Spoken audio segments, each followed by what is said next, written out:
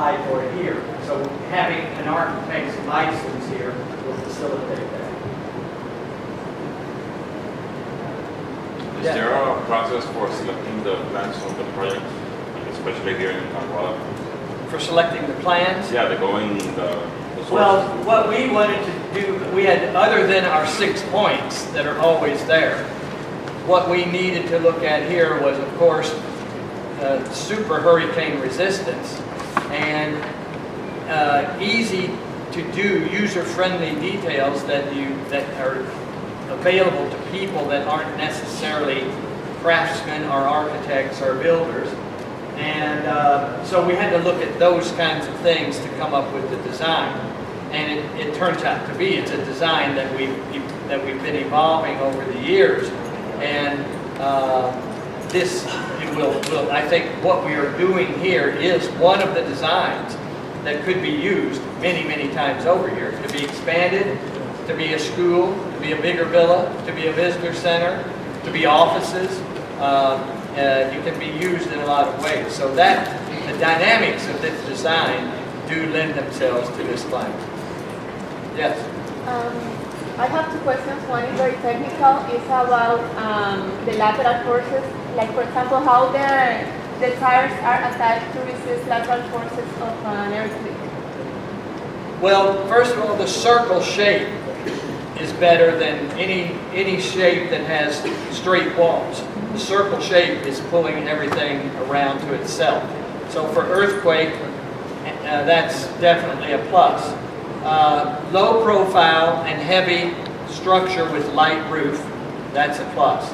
Now we had FEMA actually came to New Mexico and did a study because they think New Mexico is going to have more earthquakes.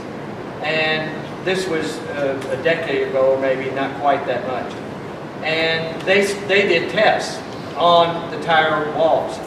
And they put an Earthship on the cover of their report, saying, in terms of seismic loading, this method of construction has a better chance than most of not being seriously affected.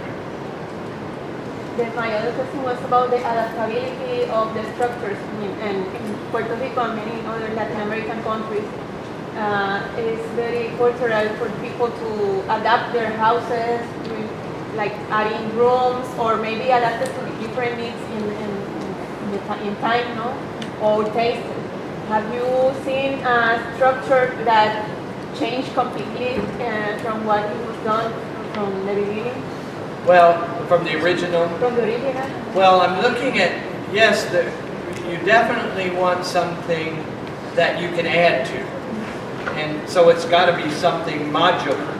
And that's why we, again, like that circle. That circle is a room. It can be any kind of a room. It can be any diameter. Clusters of them opening all towards the inner can create interior spaces and protected spaces. So having a module that is replicable is part of the design criteria. Yeah. Earlier you mentioned that you have economy, standard, and high-end homes. What's the cost of the high-end homes? Well, the standard Right. is we compare them like in France. We compare the standard home in France that's well built with thermal glass and good insulation. We get the cost of one of those and we try to relate to that. Our Earthship, good, well-built Earthship has to be similar in cost to a good, well-built conventional home. Now you know that lots of different ways, there are lots of different ways to build a home. You can build a little stick house and not spend much money at all, but it's going to be hot or cold or take a lot of utilities or blow away in a hurricane. So we're finding that we can get close to the standard price of that kind of a home. And the more simple it is, we've got this thing we call the simple survival Earthship. The more simple it is, the more the details let you not have to buy all of your labor. They make it more user-friendly and owner-builder type. So we have the simple survival Earthship that maybe has, $25,000 worth of materials. And we have the standard Earthship that costs the same as a conventional home, except it doesn't have any utility bill. That's a big plus on operating costs. And then the sky's the limit on a custom. You can do whatever you want. But you definitely have to play like automobiles have to play with the standard Toyota Corolla or Chevy Nova or whatever, and then the smart car. So we have to play in those realms because but every one of them has to address those 6 points. Thank you. Yeah. And those 6 points be addressed or be taken to more like you do it on the housing level, but can you do it on an urban level? And you make communities that the houses work together to clean out the house, or the houses work individually by themselves? Well, here's the thing. You can do it on an urban level, but still the urban level is made up of individual modules. In other words, people get a little weird at me for making this analogy, but like cancer. Cancer is one of the most powerful forces on this planet. It's one of the most feared things on this planet. Why is cancer so strong? Because every cancer cell is self-contained. It doesn't have a heart, a brain, or anything. It's just each cell.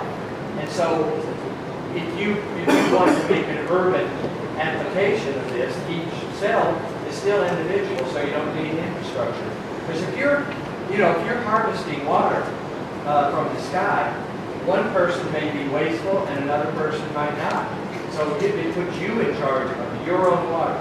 So every dwelling vessel, whether they're put together like cells of cancer or not, is an individual, autonomous, resilient, standalone cell. And you can put lots of them together, you can stack them, you can put them in rows, we have all kinds of little drawings of urban applications of its colonies, it's called. So yes, it can be done in an urban way.